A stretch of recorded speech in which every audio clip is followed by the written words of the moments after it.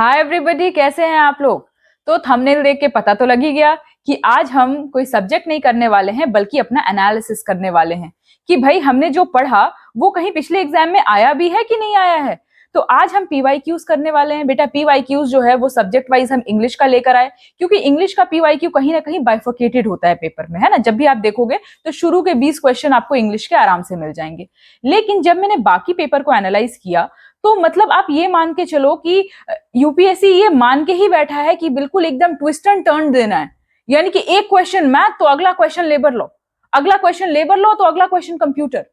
तो देखो क्या होता है ना कि जब हम एक तरह के क्वेश्चंस करते हैं ना, मान लिया कि हमने हिस्ट्री के क्वेश्चन चालू कर दिए, तो अब हिस्ट्री के क्वेश्चन चालू कर दिए तो फिर क्या होता है, हमारा दिमाग उस तरह से सिंक्रोनाइज हो जाता है कि भाई नहीं, हमको हिस्ट्री के सारे जो जो भी हमने याद किया है वो हमको फटाफट से करना है, ठीक है।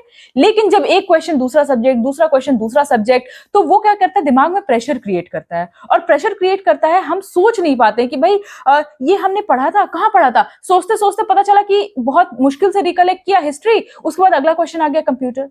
तो आपको ड्यूरिंग प्रैक्टिस इसी तरह से अपने दिमाग को भी ट्रेन करना है ना।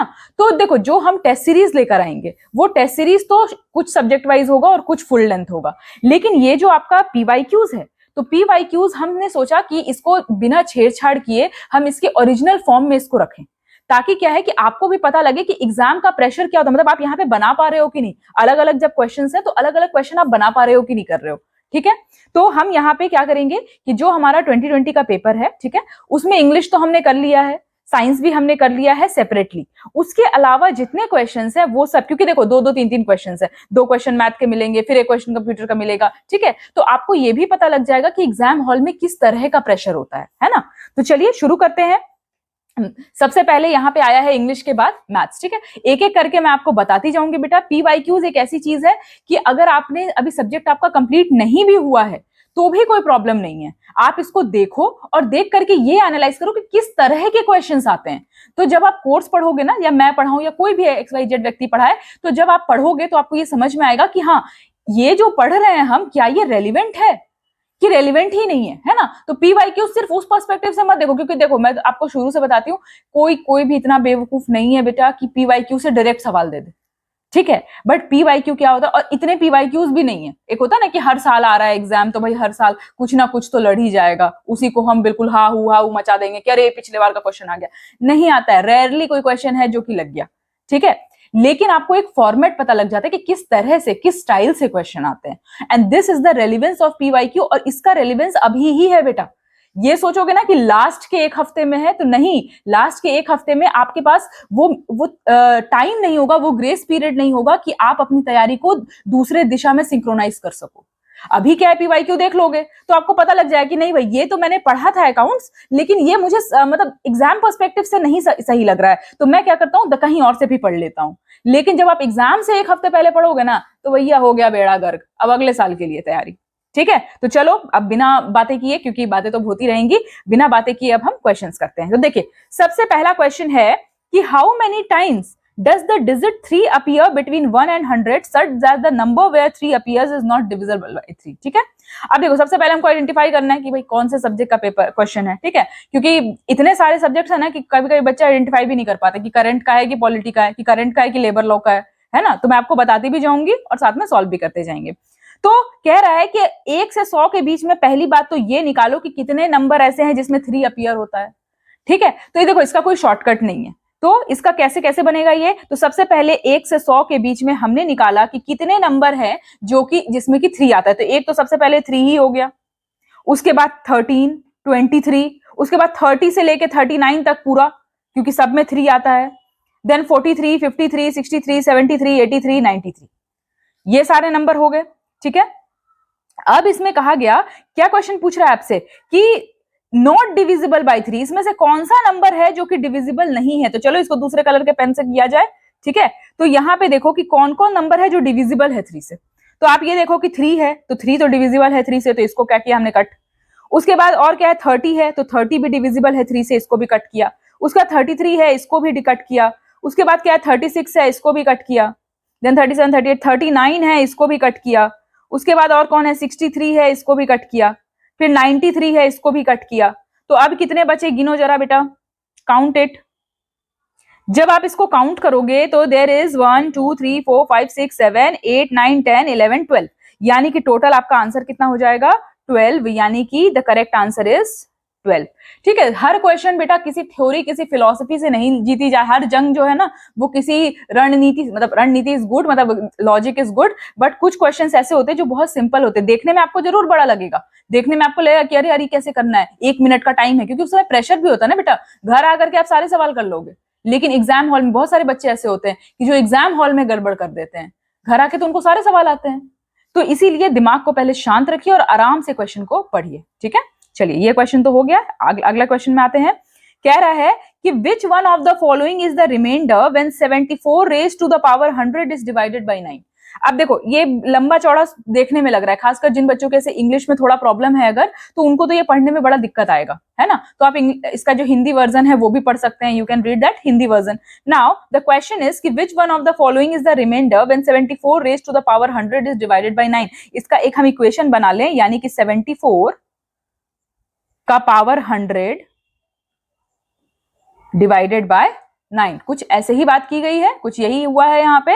ठीक है, तो इसको हमको सॉल्व करना है। अब कुछ बच्चे तो बोलेंगे भाई साहब इतना बड़ा सवाल, इतना बड़ा, मतलब 74 टू द पावर 100 करते जाएंगे तो पता चला कि हम तो बिल्कुल क्या ही होगा। ठीक है, और आपसे क्या पूछ रहा है, रिमाइंडर पूछ रहा है, you have to find the reminder. चलिए आते हैं यहाँ पे, क्या है क्वेश्चन बेटा 74, देखो ये एरो दिया है दैट इज पावर, ठीक है, क्योंकि टाइपिंग में थोड़ा दिक्कत हो रहा था इसलिए मैंने यहाँ पे मेंशन कर दिया है। तो 74 का पावर 100 डिवाइडेड बाय 9 कहा गया इसको। ठीक है, अब मुझे ये बताओ कि ये जो पावर 100 है, ठीक है, अब इसको 74 को अगर 9 से डिवाइड करो सबसे पहले, तो 8 जा 72 आता है, यानी कि 2 रिमाइंडर बचता है ना, हमको रिमाइंडर निकालना है ना, हमको क्या उसका क्वोशंट आएगा उससे तो कोई मतलब नहीं है। तो अब ये कहा जाए कि भाई 74 को 9 से डिवाइड करेंगे जब, तो क्या आएगा, रिमाइंडर 2 आएगा। तो हमने यहाँ पे क्या लिखा, 2 रिमाइंडर आ गया हमारा। ठीक है, उसके बाद 100 को मैं कैसे लिख सकती हूँ, 99 प्लस 1 लिख सकती हूँ, 100 को 99 प्लस 1, और 99 को 3 इंटू 22 या 3 इंटू 33 लिख सकती हूँ। तो इसको मैंने ऐसा किया 3 इंटू 33, ठीक है, और इंटू फिर एक और 2, तो 99 प्लस 1 हो गया 100, और नीचे आ गया आपका 9। बात समझ में आ गई, बात समझ में आ गई, यहां पे कोई दिक्कत है। अब इसको जो ये 2 इंटू 2 का पावर 3 है, इसको हमने क्या किया, 8 का पावर 33, 2 का पावर 3 को हम लिख सकते हैं 2 इंटू 2 इंटू 2 इक्वल टू 8, तो 8 का पावर 33 इंटू 2 अब 9 आ गया। यहां तक कोई प्रॉब्लम है किसी को, यहां तक तो हमने कर लिया। चलिए अब आप ये देखिए कि जो अब हमको क्या करना है, 8 से पहले डिवाइड करना है, क्योंकि देखो बेटा इसको इतने बार मल्टीप्लाई करने से कोई मतलब नहीं है। तो 8 से 9 को जब डिवाइड करोगे, तो चलो डिवाइड करा ही देते हैं। जब आप 8 से 9 को डिवाइड करोगे तो ये है आपका 8 और ये है 9, ठीक है। जब आप डिवाइड करते हो, ठीक है, तो ऐसा तो 0 पॉइंट आता है, पर 0 पॉइंट नहीं, हमको रिमाइंडर का बात है, हमको क्या निकालना है, रिमाइंडर, हमको क्वोशंट से कोई मतलब नहीं है। तो अगर 1 बार में करोगे तो ये 9 आता है, तो यहाँ पे रिमाइंडर आपका क्या आएगा, -1 आएगा। यहाँ पे रिमाइंडर क्या आएगा आपका, -1 आएगा। यानी कि अगर इसको डिवाइड किया जाए तो मैं ऐसा लिख सकती हूँ, -1 का पावर 33 इंटू 2 अपॉन 9 लिख सकती हूँ, अगर मुझे रिमाइंडर लिखना होगा तो। अब मुझे ये बताओ, -1 का पावर 33, माइनस का अगर ऑड पावर होता है, माइनस का अगर ऑड पावर होता है तो हम क्या करते हैं, इसको माइनस ही छोड़ देते हैं, यानी कि -1 इंटू 2 हो जाएगा, यानी कि -2 अपॉन 9। हमारे पास क्या आ गया, -2 अपॉन 9 आ गया। ठीक है, यानी कि रिमाइंडर जो है हमारा क्या आ गया, -2 आ गया। रिमाइंडर क्या हो गया, -2 आ गया।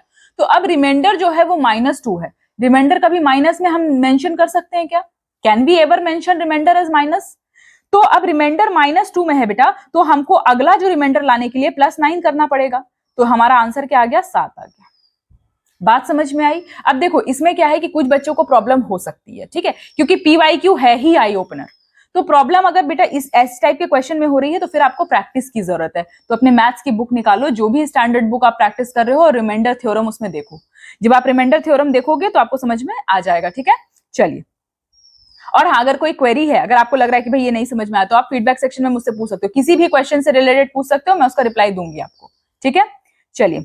अब अगला आता है, which one of the following is the arithmetic mean of √3 - √2 and it's reciprocal. अब देखो यहाँ पे क्या है ना कि अगर आपने 10 तक अच्छे से पढ़ा होगा तो आपसे ये सवाल बहुत अच्छे से बन जाएगा, और अगर आपने 10 तक अच्छे से नहीं पढ़ा है तो फिर आपको बेटा कहीं ना कहीं मैथ्स के कॉन्सेप्ट्स पढ़ने की जरूरत है। और आपको ये भी समझ में आ गया होगा कि हल्के फुल्के मैथ से काम नहीं चलेगा, है ना। समझ में आ गया कि हल्के फुल्के मैथ से काम, जैसे कुछ बच्चे होते हैं ना, अरे मैथ तो कर ही लेंगे, अरे क्या होगा जोड़ घटाओ गुना भाग, नहीं, हल्के फुल्के मैथ से काम नहीं चलेगा, क्योंकि यहाँ पे स्पेसिफिक चीजें पूछी जाती है, ठीक है, वो या तो आपको आती हैं या तो आपको नहीं आती हैं। चलिए, तो क्या है question, which one of the following is the arithmetic mean of √3 minus √2। तो एक तो इसका √3 माइनस √2 और एक किसका है, एंड इट्स रेसिप्रोकल, यानी कि क्या हो जाएगा 1/√3 माइनस √2, यही होगा ना, 1/√3 माइनस √2 हो जाएगा। तो चलो इसको हम जब रैशनलाइज करते हैं, याद करो हमने क्लास शायद 7th 8th में पढ़ा था इसको रैशनलाइज कैसे करते हैं। तो हम इसको रैशनलाइज कैसे करते हैं बेटा, ऊपर नीचे प्लस से जोड़ देते हैं। अरे यहाँ पे तो ये थोड़ा सा गलत लिख दिया मैंने, हाँ, इसको क्या करते हैं हम, प्लस से क्या करते हैं ऊपर नीचे मल्टीप्लाई कर देते हैं, यही है ना रूल। अब और हाँ, जिन बच्चों को फिर से प्रॉब्लम हो रही है बेटा, तो ये कहीं ना कहीं आपके लिए गोल्डन अपॉर्चुनिटी भी है, क्योंकि आपको पता लग जाएगा भाई ऐसे ऐसे सवाल, क्योंकि बहुत सारे बच्चे, मतलब अनगिनत ऐसे बच्चे हैं, और आप खुद में भी झांक कर जब देखोगे ना तो आपको पता चलेगा कि आप एग्जाम की तैयारी तो शुरू कर देते हो लेकिन पीवाईक्यूज को देखते ही नहीं हो। आपको लगता है कि अरे पीवाईक्यूज तो बात की चीज है, नहीं बेटा, जिस समय आपने पेपर करना शुरू किया, जिस समय आपने टेस्ट लगाना शुरू किया, बहुत सारे ऐसे बच्चे हैं जो कि टेस्ट क्या करते हैं कि लगा देते हैं, बस उस टेस्ट का कोई लेना देना नहीं है, वो टेस्ट का कोई रेलिवेंस ही नहीं है आपके पीवाईक्यू से, क्योंकि पीवाईक्यू आपको पैटर्न बता रहा है। अब टेस्ट आपको या तो बहुत इजी लगा देंगे कि भाई आप खुश हो लोगे कि भाई मैंने तो इतने सारे टेस्ट लगा लिए, कोई मतलब नहीं है, टेस्ट रेलिवेंट होना चाहिए, भले आप 5 टेस्ट लगाओ, 50 मत लगाओ, लेकिन कम से कम रेलिवेंट लगाओ। अब आप पता चला कि देना यूपीएससी ईपीएफओ का एग्जाम का टेस्ट है और क्वेश्चन पैटर्न आप लगा रहे हो यूपीएससी सीएससी का, कोई फायदा नहीं। चलिए, तो आप पता चला कि मैथ आपको ईपीएफओ को देना है, आप लगा रहे हो काय का भाई, तो आप लगा रहे हो ग्रुप डी वगैरह का, ठीक है, नो डाउट वो भी कोई इजी नहीं होता है, लेकिन पैटर्न ऐसा नहीं होता है, ठीक है। चलिए, तो अब इसको कैसे कैलकुलेट करेंगे, तो √3 प्लस √2, और इसमें क्या हो जाता है a minus b, a plus b क्या हो जाता है, a square minus b square, यानी कि √3 का स्क्वायर माइनस √2 का स्क्वायर, ठीक है। अब इसको क्या हो जाएगा 3 माइनस 2 यानी 1, तो हमारे पास क्या आ गया √3 प्लस √2। अब मतलब कि ये था ओरिजिनल नंबर और ये है इसका रेसिप्रोकल। अब इसका मीन निकालना है, मतलब you have to find the arithmetic mean of both the topics, मतलब बोथ द कंटेंट्स, ठीक है। तो क्या करेंगे हम, √3 minus √2 plus √3 plus √2 upon 2, this is your arithmetic mean, यही होता है ना, arithmetic mean is equal to, क्या होता है अरिथमेटिक मीन का formula, arithmetic mean equal a plus b upon 2, this is your arithmetic mean, है ना, सम बाय टोटल नंबर। अब यहाँ पे -2 प्लस 2 कट गया, यानी कि क्या हो गया 2√3 अपॉन 2, 2 कट गया, दैट इज योर 2 कट गया, that is your, the answer is √3। बात समझ में आई। यहाँ पे दो कॉन्सेप्ट लगे, एक तो आपका रैशनलाइजेशन का कॉन्सेप्ट लगा, दो कॉन्सेप्ट लगे, एक आपका क्या लगा, रैशनलाइजेशन का कॉन्सेप्ट लगा, और दूसरा क्या लगा, दूसरा आपका लगा मीन का फॉर्मूला, ठीक है। तो इसी तरह से जो आपके यूपीएससी ईपीएफओ के एग्जाम्स है ना, द एग्जाम्स कंसर्न, तो वो ऐसे ही क्वेश्चन आपसे पूछ रहा है, ठीक है। चलिए, यही है आपका बेटा, यही आपका सोल्यूशन दिया हुआ है, ठीक है, एक बार देख लो, मैं थोड़ा सा पॉज कर लेती हूँ, सेम है जो मैंने आपको बताया वही है। चलिए,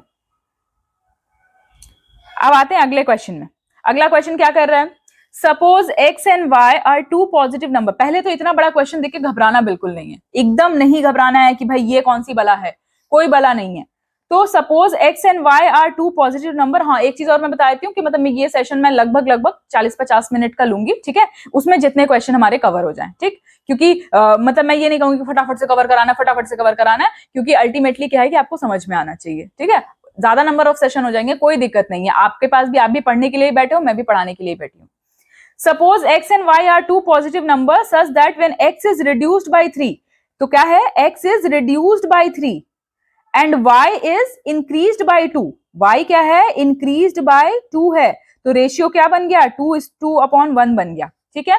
ये है आपका क्वेश्चन। दूसरा क्या है, and when x is increased by 2 and y, x is increased by 2, और क्या है, x is increased by 2 and y is reduced by 2, और y क्या है, y is reduced by 2, then the ratio become 3:1।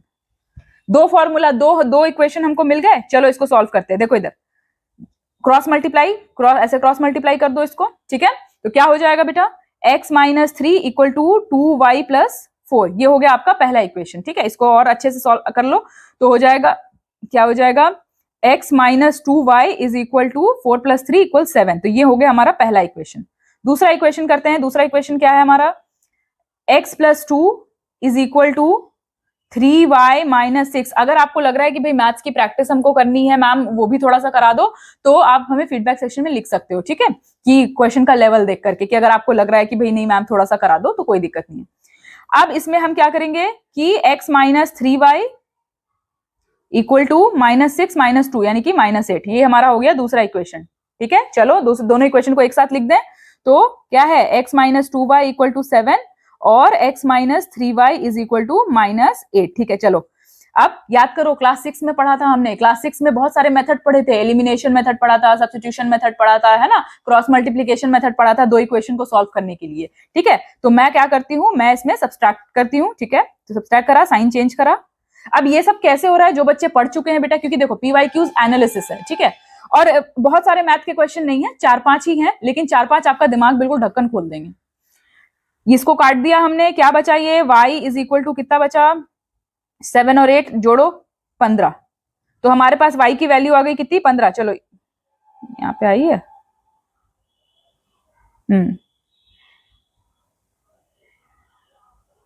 y, एक second, ठीक है 8 ही है ना, देखें जरा, x plus 2 y minus 2 equal to, ठीक है। अब आप क्या करना, देखो अब आप क्या करना है इसमें कि x की वैल्यू आपने निकाल ली। अब इसमें क्या करोगे, y की वैल्यू निकालोगे, किसी भी इक्वेशन में पुट कर लो, कोई भी ऐसा इक्वेशन है, ये वाला इक्वेशन है या ये वाला इक्वेशन है, किसी में भी आप पुट कर लो और उसमें x की वैल्यू निकाल दो। ठीक है, और उसके बाद क्या करना है, आपको x माइनस वाई निकाल देना है। आई बात समझ में, कैसे बनेगा। ठीक है, इस तरह के क्वेश्चंस आपको प्रैक्टिस करने पड़ेंगे बेटा। ठीक है, इसका सॉल्यूशन ऑलरेडी यहाँ पे दिया हुआ है। ठीक है, इसका सॉल्यूशन यहाँ पे आपका दिया हुआ है। ठीक है, तो आप यहाँ पे क्या कर सकते हो कि स्क्रीनशॉट भी ले सकते हो। ठीक है, आप स्क्रीनशॉट ले लो यहाँ पे और इसको खुद से सॉल्व करने की एक बार कोशिश करो। यहाँ तक तो हमने कर दिया है, बट उसके आगे का आप खुद से सॉल्व करने की कोशिश करो। ठीक है, चलिए, कोई प्रॉब्लम है यहाँ पे कोई ऐसी दिक्कत है, एक बार मैं देख लेती हूँ कि सही है कि नहीं। हाँ सही है, लगभग मुझे तो लग रहा है कि सही है, कहीं पे कैलकुलेशन एरर नहीं हुआ है। 6 और 2 6 2, हाँ ठीक है। चलिए,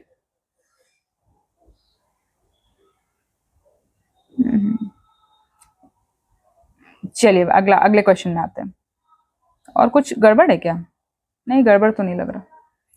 चलिए, ये क्वेश्चन बेटा थोड़ा सा कॉन्सेप्चुअल है, इसको लास्ट में बताऊंगी। ठीक है, इसीलिए छोड़ दिया है। चलिए अगला क्वेश्चन। अब देखो 5 सवाल हमारे मैथ्स के आए, अब छठा सवाल जो है वो हमारा कंप्यूटर का आ गया। ठीक है, अभी ये कैसे सॉल्व होगा, चलो इसको मैं बताती हूँ। इसमें क्वेश्चन बोल रहा है बेटा क्या कि what is the equivalent decimal value of binary number 101110। ठीक है, क्या कह रहा है, 101110 का क्या इसका वैल्यू होता है। ठीक है, चलो अब इसको मैं सॉल्व करती हूँ, ये वाला मैं मिटा दूं थोड़ा।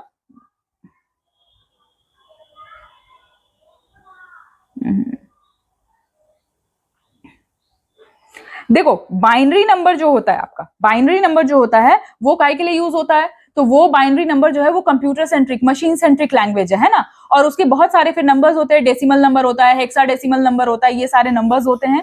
तो अब इसको कन्वर्ट कैसे किया जाए, मतलब बाइनरी को, देखो बाकी नंबर्स को कन्वर्ट करने के लिए तो 2 से डिवाइड करते जाते हैं, रिमाइंडर लिखते जाते हैं। ठीक है, तो वो तो चलो प्रोसेस पता है, लेकिन अब अगर कह रहा है कि भाई डेसिमल से बाइनरी कन्वर्ट करो, तो फिर वो कैसे करेंगे, तो चलो मैं आपको बताती हूँ। और कंप्यूटर का जब मैं पढ़ाऊंगी ना, आपको कोर्स पढ़ाऊंगी, तो उसमें फिर ये सारी चीजें आराम से डील की जाएंगी। ठीक है, और जिन्होंने कोर्स पढ़ लिया है, मतलब बहुत सारे बच्चों का कोर्स कंप्लीट हो गया होगा, तो जिन्होंने कर लिया है बेटा तो उनसे बनना चाहिए, और जिन्होंने नहीं करा है वो एटलीस्ट देख लो कि किस तरह के क्वेश्चंस आ रहे हैं। ठीक है, तो चलो 10110 याद करो, बाइनरी में 2 लिखते हैं हमेशा। बाइनरी में क्या होता है, जो साइड में लिखते क्या है, हम 2 लिखते हैं, क्योंकि बाइनरी जो है वो 1 और 0 2 का पावर आता है उसमें। ठीक है, अब हम क्या करेंगे, ये जो नंबर है 101110, इसको हम नंबरिंग कर देंगे, तो क्या आ जाएगा, देखो कैसे नंबरिंग करा हमने,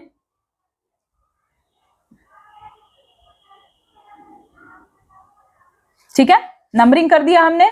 अब हम क्या करेंगे बेटा कि ऐसे ही लिखते जाएंगे, 1 इंटू 2 का पावर 5, सॉरी 5 का पावर 2 ना, 1 इंटू 2 का पावर 5 प्लस 0 इंटू 2 का पावर 4 प्लस 1 इंटू 3 का पावर 3 प्लस 1 इंटू सॉरी 2 का पावर 3 प्लस 1 इंटू 2 का पावर 2 प्लस 1 इंटू 2 का पावर 1 प्लस 0 इंटू 2 का पावर 0।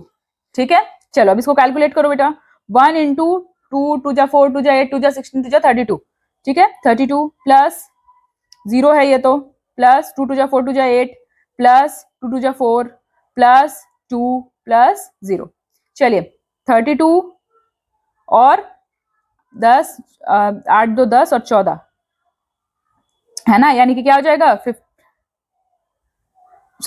हो जाएगा 46। तो आपका आंसर क्या आ जाएगा बेटा 46। यानी कि डेसिमल से बाइनरी ऐसे ही कन्वर्ट किया जाता है। कैसे कैसे हुआ मैं फिर से बता दे रही हूँ कि आपने पहले तो ये नंबर लिया 101110। ठीक है, अब इसको क्या है कि 0 से लेके 5 तक की नंबरिंग दे दी। ठीक है, और इसका याद रखना बाइनरी हमेशा पावर 2 होता है, डेसिमल पावर 8 होता है। ठीक है, तो ये हमेशा 2 होता है। तो अब हम क्या करेंगे, ये वाला नंबर उठाएंगे 1, फिर 2 लिखेंगे और ऊपर जो हमने नंबरिंग दी थी उसका पावर लगा देंगे, फिर उठाएंगे 0 2 और ऊपर जो नंबरिंग है वो 4, फिर 1 2 और ऊपर जो पावर है 3। ठीक है, समझ में आ गई बात कैसे हमने कैलकुलेट किया। चलिए आते हैं अगले क्वेश्चन में। अब आता है हमारा थ्योरी क्वेश्चन, कंप्यूटर से रिलेटेड थ्योरी क्वेश्चन। क्वेश्चन क्या है बेटा, विच one of the following basic operations for converting raw input data into useful information is not perform by all computers. कौन सा ऐसा फंक्शन है, ठीक है, जो कि रॉ डेटा से क्या करता है, यूजफुल इंफॉर्मेशन निकालने में वो हर कंप्यूटर परफॉर्म नहीं करता है। सोचो जरा, एक तो है इनपुट, एक है स्टोरिंग, एक होता है स्विचिंग और एक होता है आउटपुट। कौन सा ऐसा फंक्शन है जो कि सारे कंप्यूटर्स नहीं करते हैं। ठीक है, अब यहाँ पे ध्यान दो, इधर यहाँ पे क्या कर रहा है, क्या कह रहा है बेटा कि ये जो इनपुट है ये हर कंप्यूटर का काम ही यही है, इनपुट लेना है ना। हर कंप्यूटर जो है उसको हम कुछ ना कुछ इनपुट देंगे तभी तो वो आउटपुट लाएगा। उसके बाद स्टोर भी हर कंप्यूटर करता है, डेटा स्टोर तो करेगा ही, डेटा स्टोर नहीं करेगा तो हमको आउटपुट कैसे मिलेगा। उसके बाद आउटपुट वगैरह भी, जो आउटपुट है वो भी एकदम पिछड़ा से पिछड़ा कंप्यूटर भी हो तो भी उसका 2 + 2 करोगे तो 4 आएगा। ठीक है, लेकिन जो स्विचिंग वाला प्रोसेस है ये हर कंप्यूटर परफॉर्म नहीं करता है। तो आपका आंसर क्या हो जाएगा, मतलब इसको टिक नहीं करना है, द आंसर इज स्विचिंग। बात समझ में आई कि द आंसर क्या है बेटा, स्विचिंग है। ठीक है, चलिए थोड़ा सा यहाँ पे क्या है, कॉमन सेंस भी लगाओगे ना तो ये आपको समझ में आ जाएगा। ठीक है, अब देखो क्या है, 5 बेसिक फंक्शंस होते हैं, 5 बेसिक ऑपरेशन होते हैं किसी कंप्यूटर सिस्टम के। कौन कौन से, तो सबसे पहला होता है इनपुट, उसके बाद स्टोर, ठीक है, उसके बाद प्रोसेस, ठीक है, और उसके बाद आउटपुट और उसके बाद कंट्रोलिंग। ये 5 प्रोसेस होते हैं, यहाँ पे फुल स्टॉप है। ये 5 प्रोसेस होते हैं, इनपुट, स्टोरिंग, प्रोसेसिंग, आउटपुट और कंट्रोलिंग, इतना ही होता है। स्विचिंग जो है ऐसा कोई ऑपरेशन नहीं है। ठीक है, चलिए अब अगला आता है, which one of the following memories. याद करो मैंने जब कंप्यूटर का जब आपको सिलेबस पढ़ाया तो उसमें मैंने मेमोरी हिरार्की वगैरह पढ़ाई थी, है ना, कि आपको मैं मेमोरी हिरार्की वगैरह पढ़ाऊंगी, मतलब टॉपिक में डिस्कस किया था। देखो मेमोरी से क्वेश्चन आ गया, तो कह रहा है कि which one of the following memories is extremely fast and acts as a high speed buffer between the CPU and the main memory. कौन सा ऐसा मेमोरी है जो कि बहुत फास्ट है और बफर की तरह काम करता है, किसके बीच में बेटा, तो सीपीयू और मेन मेमोरी के बीच में बफर की तरह काम करता है। अब देखो इस तरह के जो क्वेश्चंस होते हैं ना, इसमें कोई कैलकुलेशन नहीं है, कोई टाइम टेकिंग नहीं है, आता है तो आता है, नहीं आता है तो नहीं आता है। इसीलिए क्या है कि आपको क्रिस्प तरीके से बिल्कुल हर डेटा को पढ़ने की जरूरत है। ठीक है, अब कौन सी ऐसी मेमोरी है, तो दो देखो बेटा, कैच मेमोरी जो होती है ना, याद करो हमारे फोन में भी कैच जमा हो जाता है ना, हम लोग डिलीट करते हैं, कैच मेमोरी हो जाती है। तो जो कैच मेमोरी होती है ना वो क्या है, बहुत हाई स्पीडली वर्क करती है और बफर की तरह काम करती है सीपीयू और मेन मेमोरी में। तो आंसर क्या हो जाएगा बेटा आपका, कैच मेमोरी, है ना। RAM that is random access memory, ROM क्या है, रीड ओनली मेमोरी, है ना। और उसके बाद फ्लैश मेमोरी और अगला है हमारा कैच मेमोरी। जब मैं इसमें थ्योरी में आपको पढ़ाऊंगी, जब कंप्यूटर हम लोग शुरू करेंगे उसमें ये सब बहुत डिटेल में पढ़ेंगे हम, प्रॉम, ई प्रॉम, डबल ई प्रॉम, ठीक है, ये सारी मेमोरीज जो है वो सब डिटेल में पढ़ेंगे ताकि उससे रिलेटेड कोई भी क्वेश्चन आए तो आप आसानी से सॉल्व कर सको। ठीक है, चलिए अगला है, which one of the following is not a web browser. ये तो बहुत इजी सवाल है, अगर आप इंटरनेट चलाते भी होगे तो आपको ये आंसर आ जाएगा, है ना। और डरना नहीं है, टर्म्स देख के डरना नहीं है बेटा, क्वेश्चन पढ़ो जरूर। देखो गूगल क्रोम, इस गूगल पे तो हर कोई सर्च करता है, मतलब ये मैं ऐसे नहीं मतलब सही आंसर टिक नहीं कर रही हूँ। गूगल क्रोम हर कोई यूज करता है, तो गूगल क्रोम तो एक वेब ब्राउजर है। वेब ब्राउजर मतलब जिसमें हम चीजें सर्च कर सकते हैं, ठीक है। इंटरनेट एक्सप्लोरर, इसमें भी सर्च कर सकते हैं। फायरफॉक्स में भी सर्च करते हैं ना, कंप्यूटर पे करते हैं, कोई कोई डिफॉल्ट बनाए रखते हैं अपना वेब ब्राउजर इसको। फेडोरा कोई ऐसा वेब ब्राउजर नहीं है, तो the correct answer is Fedora. Fedora is not a web browser. क्या है बेटा फेडोरा? तो फेडोरा एक free and open source OS platform है for hardware, clouds and containers, ठीक है। ये क्या है? एक ऑपरेटिंग सिस्टम प्लेटफॉर्म है, फ्री एंड ओपन सोर्स है, ठीक है। तो Fedora is not a web browser. बात समझ में आ गई? बट सिर्फ इतना काफी नहीं है कि फेडोरा वेब ब्राउजर नहीं है। क्या है फेडोरा? ताकि कल को ऑप्शन देखते हो कि जब भी आपसे पीवाईक्यूज, यूपीएससी वगैरह का भी पीवाईक्यूज कहा जाता है, तो कहा जाता है कि हर एक जो आपका ऑप्शन है उसको भी एनालाइज करो। क्यों? ताकि आपको पता हो कि भाई अगर कल को इससे रिलेटेड कुछ क्वेश्चन आ जाए तो वो भी हम कर सकें, ठीक है। तो चलो यहाँ पे तो कोई प्रॉब्लम नहीं होनी चाहिए। अगला, ये भी बहुत बहुत आसान है, मतलब अगर आप मेमोरी कार्ड, मतलब मेमोरी कार्ड क्या, आजकल तो मेमोरी कार्ड का कोई सिस्टम नहीं है, पर आप स्पेस तो क्लियर करते ही हो, है ना। तो 1 GB ऑफ इंफॉर्मेशन में कितना डेटा होता है? तो देखो 1024, क्या केबी की, एमबी की, टीबी की, पीबी, क्या होगा? तो the correct answer is that is 1024 MB। ये 1024 MB जो होता है वो होता है 1 GB, यानी कि 1 गीगाबाइट। समझ में आ गई बात? चलिए अब देखो कितना फटाक से इन्होंने बदला, मैथ्स लाया, मैथ्स से कंप्यूटर लाया, और कंप्यूटर से अब आ गया हिस्ट्री, ठीक है। ये उसी सीक्वेंस में, उसी हिरार्की में है बेटा, जिस हिरार्की में आपके क्वेश्चन पेपर में है, ठीक है। तो क्या क्या क्या क्वेश्चन पूछ रहा है? क्वेश्चन पूछ रहा है कि where did Gandhi ji put his first major public appearance after returning from South Africa in 1915। 1915 में आपको सबको पता है कि गांधी जी पहले साउथ अफ्रीका में अपार्थाइड सिस्टम के अगेंस्ट में स्ट्रगल कर रहे थे। उसके बाद गांधी जी ने पहला मेजर पब्लिक अपीयरेंस कहां पर दिया? या क्या वो बॉम्बे यूनिवर्सिटी था, क्या वो खेड़ा था, क्या वो चंपारण था, या क्या वो बीएचयू था? तो सोचो कहां पे था। और ये आंसर मुझे लगता है कि बहुत लोगों को आता होगा, जिन्होंने भी हिस्ट्री थोड़ा बहुत भी ऊपर ऊपर से भी पढ़ा है ना, उनको भी ये क्वेश्चन आता होगा। तो चलिए देखते हैं क्या है आंसर। तो गांधी जी ने अपना पहला अपीयरेंस 1915 में आने के बाद दिया था बीएचयू में। कब दिया था? फरवरी 1916 में, ठीक है। जिसमें गांधी जी ने कहा था कि भाई इंडियन इलीट जो है वो तो बहुत मजे से काम कर रहे हैं, लेकिन लेबरिंग पुअर जो है वो बहुत दुखी है यहाँ पर। तो ये चीज BHU is the correct answer. बात समझ में आई? किस तरह के क्वेश्चन आ रहे हैं मॉडर्न से रिलेटेड, है ना। मॉडर्न भी कैसे है? मॉडर्न भी आपका कहां से शुरू हो रहा है? ब्रिटिशर्स के आने से शुरू हो रहा है, लेकिन फ्रीडम स्ट्रगल पे कुछ ज्यादा फोकस रहता है यूपीएससी पीएफओ का, ठीक है। चलिए अगले क्वेश्चन में आते हैं। which among the following is the author of Gandhi as महात्मा? कौन से ऐसे राइटर हैं जो कि इस बुक द गांधी एज महात्मा के ऑथर हैं? चलिए देखिए कौन है, किसी को मालूम है? अब देखो ये क्वेश्चन कैसा है, ये बुक्स से रिलेटेड है ना, मतलब आपको बुक्स भी पढ़ना है। जब आप मॉडर्न पढ़ो तो आपको फोकस किस पे देना है? जो किताबें हैं उस पे भी फोकस करना है। तो the answer is Gandhi as Mahatma is an essay written by historian Shahid Amin, ठीक है। शाहिद अमीन के द्वारा लिखा गया है। The correct answer is Shahid अमीन।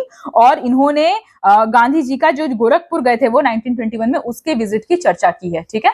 चलिए अगला है, which among the following was the president of the Indian National Congress at the time of independence of India? Very very important question. जितने प्रेसिडेंट जिस इंपॉर्टेंट समय पर हैं बेटा, जो आईएनसी के जो प्रेसिडेंट्स हैं, ठीक है, कौन सी फर्स्ट फीमेल प्रेसिडेंट है, फिर कौन किस समय पे जब राउंड टेबल कॉन्फ्रेंस हो रहा था उस समय पे कौन प्रेसिडेंट थे, फर्स्ट राउंड टेबल कॉन्फ्रेंस के टाइम पे कौन थे, सेकंड के टाइम पे कौन थे, ये सब कुछ कांग्रेस के बारे में अच्छे से पढ़ लीजिएगा, ठीक है। This is one of the important topics. तो कह रहा है कि इंडिपेंडेंस ऑफ इंडिया के टाइम पे जो इंडियन नेशनल कांग्रेस था उसके प्रेसिडेंट कौन थे? तो कौन थे बेटा? तो ये थे आचार्य जेबी कृपलानी। आचार्य जेबी कृपलानी जो थे वो इंडियन नेशनल कांग्रेस के प्रेसिडेंट थे 1947 में, ठीक है। और मतलब की बहुत कंट्रोवर्सी टाइप की हुई थी, क्योंकि उनको आइडियोलॉजिकल डिफरेंसेस बहुत ज्यादा था। जैसे जवाहरलाल नेहरू वगैरह, ये लोग क्या थे, कहीं ना कहीं कंजर्वेटिज्म में थे, ठीक है। लेकिन आचार्य जेबी कृपलानी वो कहीं ना कहीं थोड़ा सा रिवॉल्यूशनरी थॉट्स उनके थे, ठीक है। फिर भी ये स्पेलिंग गलत है यहाँ पे। तो जेबी कृपलानी जो है, he was the president of INC at the time of ये आपका इंडिपेंडेंस ऑफ इंडिया, ठीक है। बहुत सारे बच्चे इसमें क्या करते हैं पता है, जवाहरलाल नेहरू कर देते हैं, क्योंकि भाई सबसे इंपॉर्टेंट पर्सन तो वही थे, बट ऐसा नहीं है, ठीक है। चलिए अब आते हैं अगले क्वेश्चन में। अगला क्वेश्चन क्या कहता है, during 1931 under whose leadership did a strong Kisan Sabha movement develop in गया डिस्ट्रिक्ट ऑफ बिहार। किसान सभा मूवमेंट, देख रहे हो, ये सब 1918 मतलब 1880 कांग्रेस के बाद की सारी घटनाएं पूछी जा रही है।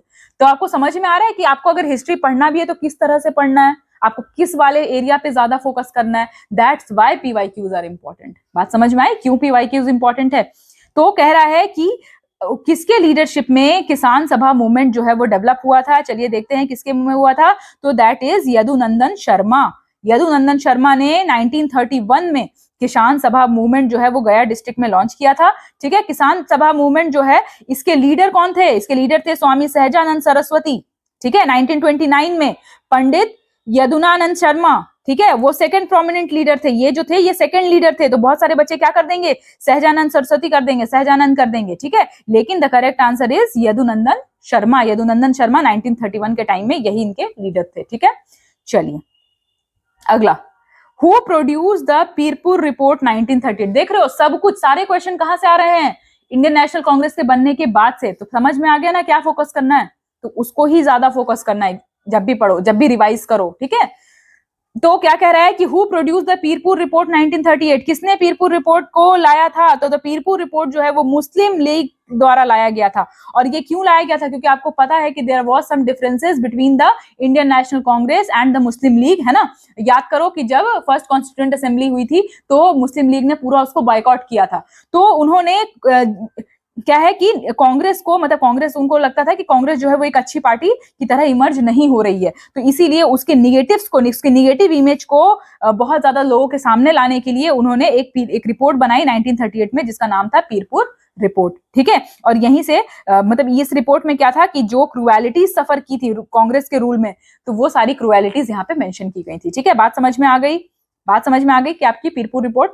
ठीक है, तो that was brought by Muslim League. ठीक है, चलिए अगला, अगला क्या है, which one of the following fact pertaining to the National Green Tribunal is not correct. अब देखो, अब हम कहां पर आ गए हैं, अब हम आ गए हैं पॉलिटी में, क्योंकि एनजीटीज वगैरह जो है, जो ऑर्गेनाइजेशंस है, ये सब पॉलिटी का पार्ट होता है। ठीक है, तो अभी तक हम कहां थे, सबसे पहले हमने मैथ्स किया, मैथ्स के बाद सबसे फिर क्या आ गया, कंप्यूटर आ गया, कंप्यूटर के बाद क्या आ गया, मॉडर्न हिस्ट्री। और ऐसा नहीं है कि मॉडर्न हिस्ट्री सिर्फ यही है, अगर ऐसा होता तो मैं तो आपको अलग अलग ही बना देती, है ना, पर ऐसा नहीं है।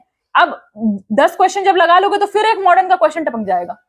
ठीक है, तो इसीलिए आपको क्या है कि ब्रेन स्टॉर्म उतना ज्यादा आपका कैपेबिलिटी होना चाहिए कि आप अपना दिमाग को स्टॉर्म कर सको। ठीक है, चलिए, तो क्या क्वेश्चन पूछ रहा है, the NGT was set up in the year 2010, its purpose is to ensure effective and expeditious disposal of cases relating to environmental protection and conservation of forest and other natural resources. It is bound by the procedure laid down under the civil code of civil procedure and it is guided by the principle of natural justice. अब बताइए NGT की क्या क्या बातें सही है। ठीक है, अब इसमें क्या कह रहा है कि इसमें से कौन सी बात है कि जो सही नहीं है।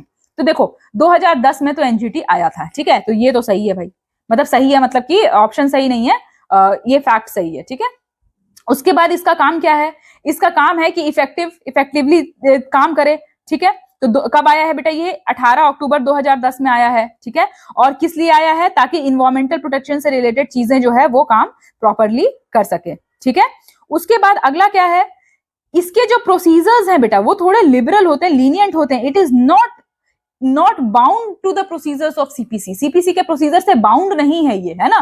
तो आपका जो थर्ड ऑप्शन होगा वो सही हो जाएगा, यानी कि गलत, है ना, यानी कि इन चारों में से। और प्रिंसिपल ऑफ नेचुरल जस्टिस तो हर जगह लगता है। ठीक है, तो प्रिंसिपल ऑफ नेचुरल जस्टिस ये तो सही है। एक आपको कंफ्यूजन अगर हो सकता है तो एक इस स्टेटमेंट में हो सकता है और एक इस स्टेटमेंट में हो सकता है, क्योंकि अगर आपको पता नहीं होगा कि एनजीटी कब आया है तो। ठीक है, तो एनजीटी कब आया बेटा, अक्टूबर 2010 में आया, तो दिस इज करेक्ट ऑप्शन। तो आपका जो सही ऑप्शन, मतलब जो गलत स्टेटमेंट है वो है आपका ये, कि ये बाउंड है बाय सीपीसी। याद रखिएगा, कोई भी ट्राइब्यूनल जो है वो किसी प्रोसीजरल लॉ से बहुत ज्यादा बाउंडेड नहीं होता है, और इसीलिए ट्राइब्यूनल बनाया जाता है ताकि उसको थोड़ा सा लीनियंटली हैंडल किया जा सके। ठीक है, बात समझ में आ गई।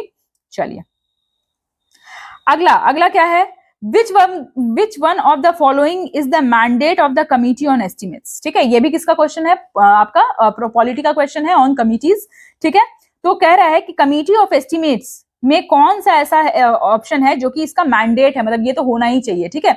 और एक चीज और ध्यान रखना बेटा कि इसकी डिफिकल्टी लेवल और ज्यादा कब बढ़ जाएगी, अभी तो क्या एक ऑप्शन तो आप निकाल लोगे, लेकिन जो अभी यूपीएससी का लेटेस्ट ट्रेंड चल रहा है ना, only 1 option is correct, only 2 is correct, only 3 is correct, तो अगर वैसा कुछ अगर इंट्रोड्यूस हो गया, क्योंकि देखो बेटा एग्जाम जो लास्ट हुआ है वो 2023 में हुआ है, तो अब मतलब उधर वाला जो एग्जाम है, तो अब 2023 वाला एग्जाम हुआ है, तो अभी कैसा आएगा, ठीक है। एक बार हम 2023 भी एनालाइज करेंगे, लेकिन अभी थोड़ा सा पैटर्न अगर चेंज होता है तो इसे सरप्राइज मत होइएगा, ठीक है, तैयारी अपनी वैसी ही रखिएगा। चलिए, तो क्या कह रहा है कि which one of the following is the mandate of the committee on estimates, तो लिख रहा है it reports on what economies improvement in organization efficiency और administration reform consistent with the policy underlying the estimates may be affected, it scrutinizes appropriation and finance account, ठीक है, it examine report of the comptroller and auditor general and where public undertakings are run efficiently, it examines bill on matter of general public interest, ठीक है। अब जरा सोचो कि इसका answer क्या होगा।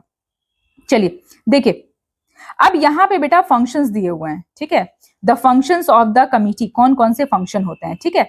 तो इसके फंक्शंस क्या क्या हैं, to report what economies improvement, मतलब एडमिनिस्ट्रेशन से रिलेटेड वाले फंक्शंस हैं, ठीक है। Alternative policy in order to bring about efficiency in the administration, alternative policy मतलब कि, ठीक है, उसकी होती है। उसके बाद फिर मनी, पैसे सही जगह लग रहे हैं कि नहीं लग रहे हैं। अब इसमें एक चीज ध्यान देना कि क्या नहीं हो सकता, तो ये फाइनेंस अकाउंट चेक नहीं करता है, मतलब वर्ड पकड़ लो, फाइनेंस अकाउंट ये चेक नहीं करता है, ठीक है। फाइनेंस अकाउंट के लिए क्या आपके क्या फाइनेंस कमीशन है, तो ये तो चेक नहीं करेगा, ठीक है, तो ये तो गलत ही है। उसके बाद कैग, जो कैग है उसको भी एग्जामिन नहीं करता है, this is not the authority to examine it, ठीक है, ये भी।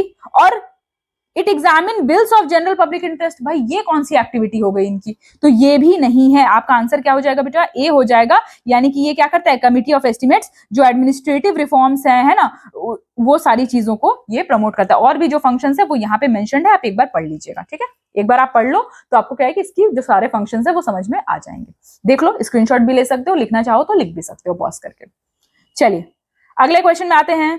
अकॉर्डिंग टू इकोनॉमिक सर्वे 2021, देखो ये क्वेश्चन कुछ ज्यादा रेलिवेंट नहीं है, बस आपको पैटर्न समझने की जरूरत के लिए मैंने क्वेश्चन डाला है यहाँ पे, क्योंकि देखो ये पेपर कब का है, ये पेपर 2020 का है ना, ये जो क्वेश्चन हम कर रहे हैं ये 2020 का है, तो 2020 का है तो उस समय का ईएस यानी इकोनॉमिक सर्वे आया है आपका, इसलिए अभी का इकोनॉमिक सर्वे यानी कि जो आपका 25 वाला इकोनॉमिक सर्वे है वो आपको पढ़कर जाना है, क्योंकि उससे रिलेटेड क्वेश्चन आ सकता है और फैक्चुअल क्वेश्चन आ सकता है, ठीक है। तो ये क्वेश्चन आंसर आपको पढ़ने की इसकी जरूरत नहीं है, लेकिन पैटर्न आप समझ जाइए कि आपको इकोनॉमिक सर्वे से भी क्वेश्चन आ सकता है, ठीक है, आ सकता है क्या, आता ही है। चलिए ठीक है, और मैं जितनी चीजें आपको बता रही हूँ बेटा वो एनालिटिकल है, ठीक है। मैं आपको हमेशा ही कहती हूँ कि मेरा कोई ऐसा रिश्तेदार नहीं है जो कि पेपर बनाने में बैठा हुआ है जो आप मुझे एग्जैक्ट इन्फॉर्मेशन देगा, ये सब क्या है, एजम्पशंस है, जो कि और एक इंटेलिजेंट एजम्पशन है, यानी कि पिछले चीजों को एनालाइज करके एज्यूम किया गया है, ठीक है, ऐसा कोई हवा में एजम्पशन नहीं है। तो इकोनॉमिक सर्वे भी बेटा आप अच्छे से पढ़ लीजिएगा, ठीक है, ये मतलब इट्स अ हम्बल रिक्वेस्ट कि जो आपका इकोनॉमिक्स वाला पार्ट है, इकोनॉमिक्स से कम क्वेश्चन आ सकते हैं, पर इकोनॉमिक सर्वे, बजट, इससे आपको क्वेश्चंस जो है वो एक आध तो लड़ ही जाएगा, ठीक है। चलिए अगला क्वेश्चन है, which one of the following is the acronym of the word नीति इन नीति आयोग, नीति आयोग का एक्रोनिम बताओ भाई, ये तो बड़ा इजी सवाल पूछ लिया इन्होंने, बताओ क्या है। तो national integration and transformation of India, national institution for transforming India, national institution for technological India, national institution for trust है। तो चलिए बताइए इसमें कौन सा क्वेश्चन सही हो सकता है, तो हमारा क्या है, national institution for transforming India, the correct answer is national institution for transforming India, national integration नहीं, इंस्टीट्यूशन है ये, ठीक है। तो ये बहुत छोटे छोटे से ऐसे वर्ड्स होते हैं बेटा जो हम रेगुलर लाइफ में यूज करते हैं, ठीक है, लेकिन हमको पता नहीं होता है कि उसका फुल फॉर्म क्या है, ठीक। तो जो भी आप रेगुलर चीजें यूज कर रहे हो उसका कहीं ना कहीं आपको पता होना चाहिए कि भाई ये किस चीज में स्टैंड करता है। अब देखो नीति आयोग हर किसी ने सुना होगा, मतलब मुझे ऐसा नहीं लगता कोई भी ऐसा बच्चा होगा जिसने नीति आयोग सुना नहीं होगा, पर अगर फिर भी ये क्वेश्चन गलती कर रहे हैं तो कहीं ना कहीं आपका मतलब यूपीएससी ये चेक कर रही है कि आप कितने प्रॉम्प्ट हैं, मतलब चीजें सुनते रहते लेकिन आपको मालूम भी है कि नहीं कि ये है क्या, है ना। चलिए अगला है, which one of the following is not a correct description of the Namami Gange programme. Namami Gange programme उस समय बहुत फेमस था, ठीक है। अभी अगर कोई प्रोग्राम फेमस है जैसे कि अभी आपकी लाडली बहना योजना वगैरह है, तो ये सब बहुत फेमस है ना। तो जो भी फेमस उस समय का प्रोग्राम होगा, मतलब आपका एक दो क्वेश्चन जो है वो आपके स्कीम से भी आ सकते हैं, ठीक है। चलिए क्या है, it is an initiative of the ministry of जल शक्ति, नॉट करेक्ट पूछ रहा है, सबसे पहले तो ये आइडेंटिफाई कर लो कि नॉट करेक्ट पूछ रहा है, ठीक है। उसके बाद it primarily covers village in the state of UP, Bihar and Orissa. It aims to make villages on the bank of the river Ganga open defecation free. It aims to transform some villages on the bank of the river Ganga as Ganga grams. चलिए, इसमें से कौन सा ऐसा statement है जो correct नहीं है? ठीक है, तो कह रहा है कि भाई ये तो बात सही है कि इसको जल शक्ति, मिनिस्ट्री ऑफ जल शक्ति में इसको किया है. ठीक है, ये भी सही है कि ओपन डेफिकेशन फ्री बनाना है, ये भी सही है कि गंगा ग्राम्स वगैरह है. ठीक है, लेकिन क्या सिर्फ यूपी, बिहार, उड़ीसा, और कोई स्टेट नहीं? तो कह रहा है कि नहीं भाई, गंगा जो है, जो रिवर गंगा है, वो कहाँ? उत्तराखंड, यूपी, बिहार, झारखंड, वेस्ट बंगाल, ठीक है, इन जगह पर है. उड़ीसा को तो इंक्लूड भी नहीं किया गया है. तो यानी कि आपका जो ऑप्शन बी है वो यहाँ पे गलत हो जाएगा, यानी कि नॉट करेक्ट में ये ऑप्शन सही है. ठीक है, चलिए अगले क्वेश्चन में आते हैं. Which one of the following pairs of zonal railway and their headquarter is not correctly matched? ठीक है, जोनल रेलवेज और हेडक्वार्टर्स, ये भी क्वेश्चन क्या है कि बहुत कॉमन सा क्वेश्चन है, रेलवे आरआरबी वगैरह के एग्जाम में तो इसको बहुत पूछा जाता है. ठीक है, लेकिन अभी हम जान लेते हैं कि भाई क्या क्या सही है क्या. देखिए, सेंट्रल का कौन है? सेंट्रल का कौन है भाई? तो सेंट्रल का आपका कौन है? मुंबई है ना, ना कि नागपुर. ईस्टर्न का कोलकाता, वेस्टर्न मुंबई और नॉर्दर्न का न्यू दिल्ली. ठीक है, तो सेंट्रल का आपका क्या हो जाएगा? सेंट्रल का आपका नागपुर नहीं है, बल्कि आपका क्या है? आपका ये है, मुंबई है. ठीक है, तो ये ऑप्शन आपका ए जो है ये करेक्टली मैच्ड नहीं है. ठीक है, चलिए ठीक है, अब यहाँ पे देखोगे सेंट्रल का भी मुंबई है और वेस्टर्न का भी, तो वेस्टर्न का चर्च गेट है, चर्च गेट मुंबई है. अगला है tri service contingent of which of the following countries participated in India's Republic Day parade in. देखो ये क्या है, आपका करंट का क्वेश्चन है, इसको बहुत ज्यादा पढ़ने की जरूरत नहीं है, पर हाँ इससे रिलेटेड जो आपके रिपब्लिक डे, इंडिपेंडेंस डे जो भी आते हैं उसमें आपको ये ध्यान में देना है कि भाई जो हमारा अभी जैसे हमारा लास्ट क्या है, इंडिपेंडेंस डे है, तो उससे रिलेटेड क्वेश्चन एक बार देख लीजिएगा. ठीक है, ये करंट का क्वेश्चन है तो आपके इस एग्जाम के लिए ये रिलेवेंट नहीं है. चलो आगे आते हैं. Which of the one of the following does not figure in the list of languages in the 8th schedule of Indian Constitution? कौन सा ऐसा लैंग्वेज है जो कि 8th schedule में नहीं आता? इसीलिए याद करो, मैंने अभी पॉलिटी का मैराथन कराया है, उसमें मैंने लैंग्वेजेस स्पेसिफिकली बताई है एकदम. तो हो सकता है आपको वो बोरिंग लगेगी कि अरे यार क्या मैडम एक एक डिटेल पढ़ाती रहती हैं. बट बेटा मैडम डिटेल इसलिए पढ़ाती है कि जब इस तरह के क्वेश्चन जब आए ना तो आप बिल्कुल फटाफट चुटकियों में लगा सको. ठीक है, तो इसीलिए मैडम इतना मेहनत करके आपको डिटेल पढ़ाती है और आप बोर होकर के 2 मिनट में अरे यार क्या बोरिंग चीज है, हटाओ इसको, हम तो आधे घंटे में खल्लास करेंगे. अब आधे घंटे में खल्लास वाले लगा लो आंसर. जो बच्चे ऊपर से पढ़ रहे हैं, जिनको सिर्फ इतना पता है कि हाँ भाई 8th शेड्यूल में जो है वो लैंग्वेजेस होते हैं, सिर्फ इतना ही पढ़ा तुमने आधे घंटे खल्लास करने के चक्कर में, तो फिर उसको कैसे पता चलेगा कौन कौन सा लैंग्वेज है. इसीलिए कहती हूँ बेटा कि जब अगर मैं मैराथन भी करा रही हूँ ना तो वो कोई शॉर्ट नहीं है, दैट इज वेरी एलाबोरेटिव, जितना आपको जरूरत है उससे कहीं ज्यादा ही है. ठीक है, तो चलिए कौन सा लैंग्वेज है? तो बोडो, डोगरी, मैथिली, संथाली, ये सब तो है. बोडो, डोगरी, मैथिली, संथाली तो है, भोटी लैंग्वेज नहीं है. भोटी लैंग्वेज तो हमने नहीं सुना, तो ये क्या है कि ये Bhoti language will be the correct answer. ठीक है, कि ये जो है 8th शेड्यूल में नहीं है. ठीक, ये किसको पता चलेगा? जो डिटेल में पढ़ेगा. और जो नहीं पढ़ेगा बेटा, कोई भी आपको ऊपर का सवाल दिख रहा है अभी तक PYQs में हमने लगाया, जो बच्चे आधे घंटे में खल्लास कर करके आए हैं, वो जरा मुझे बताओ कि कौन सा ऐसा क्वेश्चन है जो कि ऊपर से आ रहा है कि राइट टू इक्वालिटी कौन से आर्टिकल में, ऐसा कोई सवाल आया है क्या? इसीलिए मैं कह रही हूँ कि यूपीएससी लेवल 10 की जॉब ना आपको ऐसे फ्री में नहीं बांट रहा है, आपको इसके लिए पढ़ना पड़ेगा, इतने ही शिद्दत से पढ़ना पड़ेगा. और अभी भी देर नहीं हुई है, 45 दिन है, पढ़ लो. चलिए, as a routine exercise operation Garm Hawa and सर्द हवा आर कंडक्टेड बाय. ठीक है, ये कहीं ना कहीं उस समय के करंट से रिलेटेड क्वेश्चन है, क्योंकि उस समय पे ऐसा ऑपरेशन हुआ होगा, गर्म हवा एंड सर्द हवा. ठीक है, तो इसका आंसर मैं बता देती हूँ कि ये जो है ये BSF द्वारा किया गया था, लेकिन आपको अभी के ऑपरेशंस पढ़ने, अभी के जो मिलिट्री ऑपरेशंस हो रहे हैं उसको आपको ध्यान से पढ़ना है. ठीक है, चलिए, विच one of the following was the founder of स्वतंत्रता पार्टी. अब देखो कितना जल्दी से चेंज हुआ है, कितना जल्दी से जोनर इसका चेंज किया गया है. तो कौन है फाउंडर ऑफ स्वतंत्रता पार्टी? जरा देखिए कौन है. तो it was founded by C Rajagopalachari in 1959. ठीक है, तो इसका आंसर क्या हो जाएगा? C राजगोपालाचारी, मतलब स्वतंत्रता पार्टी के फाउंडर. और भी जो पार्टीज हैं, INC का तो सबको पता ही है, उसके अलावा भी और जो पार्टीज हैं उसको मतलब during the time of independence और उसके कुछ सालों बाद तक जो फाउंड हुए हैं उसको आप थोड़ा सा पढ़ लीजिएगा. ठीक है, क्योंकि देख रहे हैं आप क्वेश्चन का पैटर्न. चलिए अगला क्या है बेटा? Match list 1 with list 2. अब ये आ गया आपका लेबर लॉ, और ये तो हमने पढ़ा है, मतलब मैं तो ये दावे से कह सकती हूँ कि ये हमने, याद करो, ट्रेड यूनियन एक्ट में पढ़ा है, और तो पढ़ा है. चलिए क्या पूछ रहा है? टर्म्स पूछ रहा है बेटा, क्या पूछ रहा है? क्लोजर, क्लोजर का मतलब क्या होता है? क्लोजर होता है permanent closing down of a place of employment, very good, correct. Workman, workman क्या होता है बेटा? Any person employed in any industry, that is your workman. अगला क्या है? स्ट्राइक, स्ट्राइक का मतलब क्या है? Cessation of work bye employees, ठीक है। एंड लॉकआउट क्या है? Lockout is temporary closing down of a work place, थोड़े दिन के लिए बंद कर देते हैं तो उसको लॉकआउट बोलते हैं, ठीक है। इसको हमने बहुत डिटेल में पढ़ा है, ये यहाँ तक कि जो बच्चे ट्रेड यूनियन वगैरह पढ़कर अगर आके ये क्वेश्चन कर रहे हैं ना, तो उनको तो ये भी पता है कि इसका कंडीशन क्या क्या है, कौन सा लीगल है, कौन सा इलीगल है, कितने का नोटिस जाएगा, फलना ढिकना सब कुछ पता है ना। तो ये कॉन्फिडेंस होता है कि क्वेश्चन कम पूछे फिर भी हमको उससे ज्यादा आता है, दिस इज द कॉन्फिडेंस, ठीक है। चलिए, समझ में आ गया? तो क्लोजर आपका परमानेंटली क्लोजिंग डाउन है, वर्कमैन है गया, ठीक है। उसके बाद फिर क्या है? Cessation of work by employ, strike हो गया, और लॉकडाउन जो है वो टेम्पररी क्लोजिंग हो गया। चलिए, अब अगला है who is an adolescent at per factories act 1948, ये भी हमने पढ़ा है। मतलब कि ये सारे क्वेश्चन तो ऐसे हलवा चटनी है तुम लोग के लिए, अगर तुमने पढ़ा है ना, या अगर जिन्होंने नहीं पढ़ा, जाके फैक्ट्रीज एक्ट का पहला जो सेशन है ना फैक्ट्रीज एक्ट का, वो जाके देख लेना। डेफिनेशन जो है सेक्शन 2 में, वो पूरा ऐसे डिटेल में हमने पढ़ा है ना कि कुछ भी नहीं छूटा है। चलिए, क्या है?